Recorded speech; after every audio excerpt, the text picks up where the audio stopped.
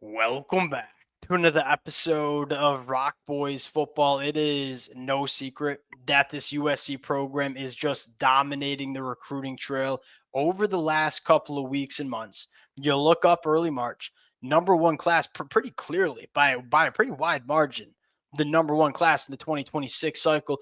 But what I think excites the USC fans the most, which certainly excites me the most, is USC is nowhere near being done building this 2026 class. I mean, you look at the amount of talent that they're going to be having on campus in spring, the amount of official visits they're going to be having in the summer.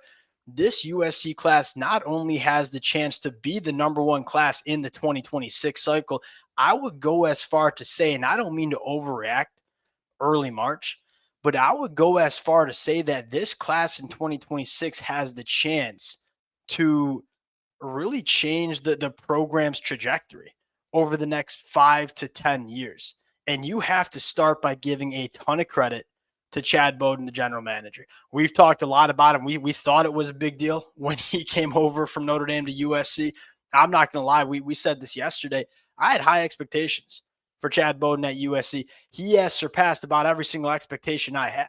I mean, do we see a more impactful hire across the country this offseason than Chad Bowden coming to USC? Because I don't think we did. We saw some big ones. Jim Knowles went to Penn State. Tom Allen went to Clemson. The fact that Chad Bowden has come into this USC program has them operating like a dominant national championship national championship caliber football team. That's what stands out to me the most. He has come in and pressed every single button necessary to maximize this USC program as a national championship contender. And that's how it starts. You have to start operating like a national championship team before you become one. And that's what USC has been doing over the last couple of weeks and months, specifically as it pertains to the recruiting trail. Now, in this 2026 class, what stands out to me the most is, we've broken down just about every single commitment that we've broken down every single commitment that USC has landed over the last couple of months, but we haven't really talked about how this class is shaping up as a whole.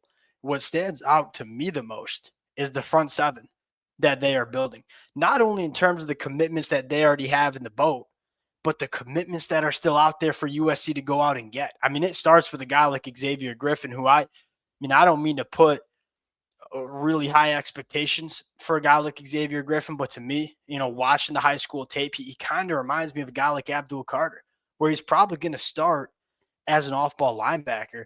This kid's length and bend and burst coming off the edge, would not be surprised over the next couple of years to see Xavier Griffin spin down and rush the passer off the edge. And I think he could be a difference maker.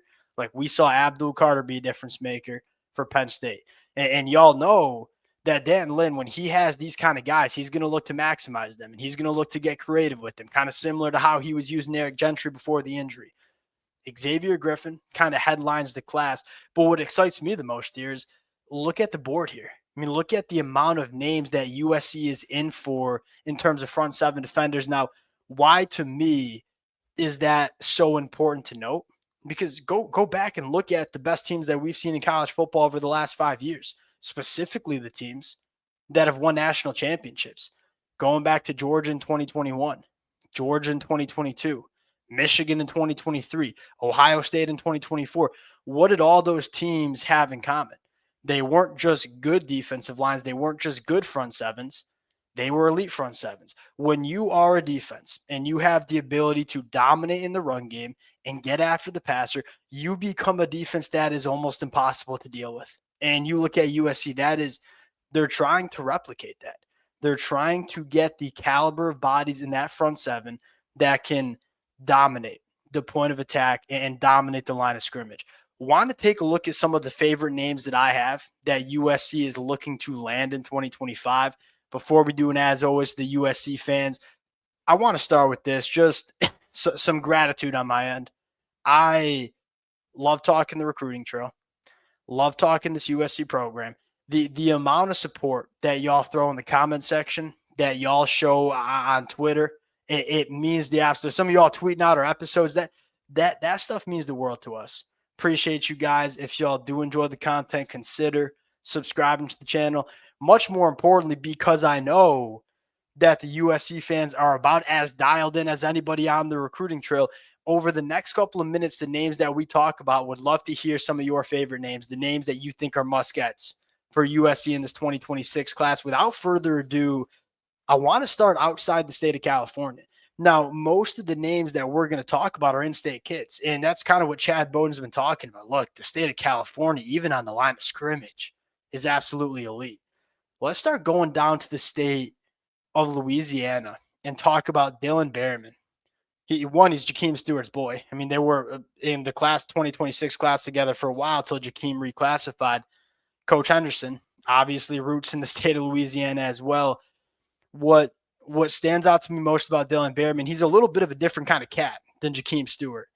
He's a little bit of a shorter guy, muscle hamster kind of built, 6'1.5", 305, carries that weight exceptionally well. That 305 pounds, it's about as rock solid as it gets from a guy that's only 6'1", 300 pounds.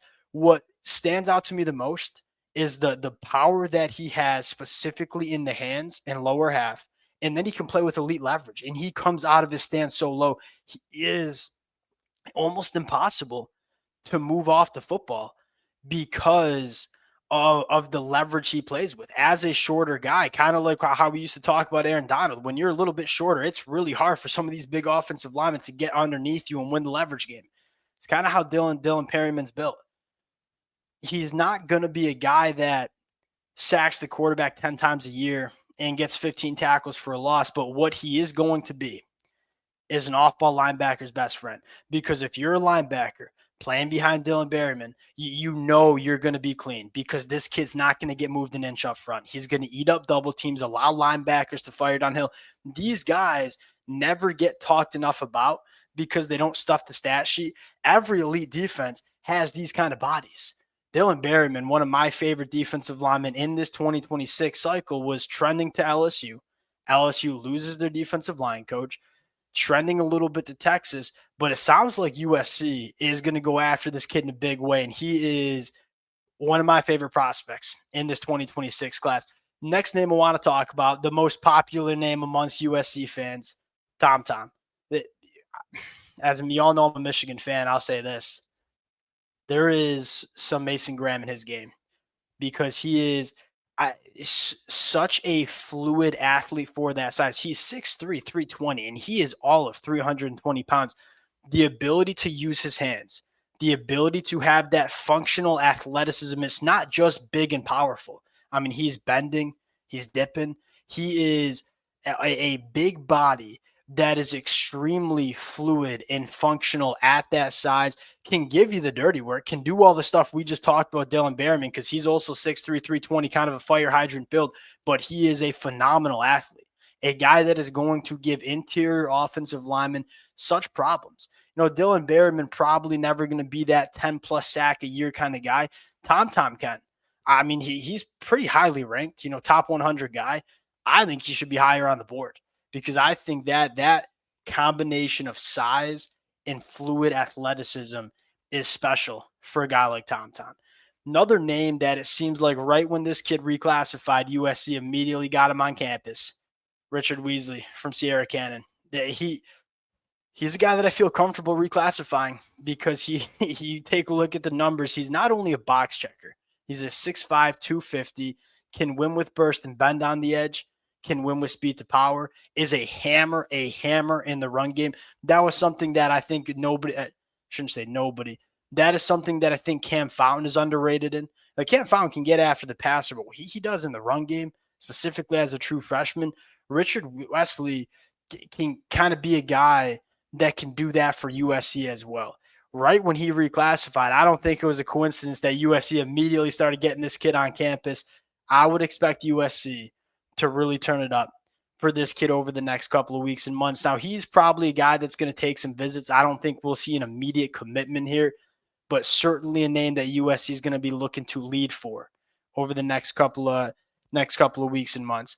Another name staying in the state of California, another modern day kid, and you can tell there's that buzzes back with USC amongst the walls of modern day. Like, these modern day kids are excited about USC recruiting this high school really hard. And I don't know why they ever got away from it, but they did. They're back trying to recruit some of these best kids. Shawn Scott, we talked about him a little bit, so I'll kind of keep it short. He is just an elite pass rusher. Probably one of the most polished pass rushers that we see in this class. Now, is he the most freaky dude from an athletic trait standpoint? No, probably not. And that's probably why he has a little bit of a lower ranking than some of the other guys we talked about. But man, in terms of like how he uses his length, the spin moves, swim moves, chops, speed to power, dip and bend, the toolkit. You can tell I'm excited about this guy. The toolkit in terms of how this guy gets after the passers elite. And that's something that USC is going to want to take a step in. You know, the pass rush with the front four in 2024 wasn't good enough. You want to get the guys like this. He might not play a ton for USC, especially the first couple of years, but as a, third and long specialist where you trot him on the field and he's fresh, he's going to give tackles a problem on the outside. Last defensive lineman, Nolan Wilson, 6'4", 250 from the state of Mississippi. A guy that plays the edge at the high school ranks, definitely has the body type to kick into the 3-tech and just really give interior offensive linemen problems with the length and athleticism. He's a guy that I'm not really sure where he's going to slot in. You take a look at the high school film and say, look, we'll figure it out. You probably look at what the body looks like in the next 6 months. If he's up to 260, 270, probably kick him into the inside. But he's a guy that certainly can remain out there on the edge. In fact, that's probably where I prefer him because he is really comfortable rushing off the edge. It's another name that, going down, and we've seen USC do this. We've seen them go down to SEC territory and land some of these premier defensive linemen. Nolan Wilson seems to be a guy. And then the last front seven defender, we'll go back to the off-ball linebacker spot. Talona Illy, guy we talked about. USC wants to get faster at the linebacker position. This is how you do it. It's a really important concept to say, hey, if you can put an elite defensive line in front of elite linebackers, that's the recipe. Go back to Georgia. Georgia, why were those Georgia linebackers so damn good in 2021 and 2022? Yes, they were really good football players. But they had really easy jobs because they played behind a defensive line that dominated at the point of attack. What stands out to me the most, there's a lot of good things going on with this USC class in 2026. What stands out to me the most is this front seven class. It has the opportunity to be an absolutely elite front seven class. And you talk about breaking through and not just becoming a college football playoff team, because that's not the goal of USC here. We want to make the college football playoffs. The goal is to win national championships. How do you get to that point? You have to look different along the lines of scrimmage. And USC is trying to do that on this 2026 class. We'll see how it plays out. I'm sure we're going to have a lot to talk about over the next couple of weeks and months. And we got spring ball starting up too. So we got an exciting next couple of weeks talking this program. Appreciate you guys rocking with it. If y'all do enjoy the content, consider subscribing to the channel, and we'll talk to y'all later. Peace.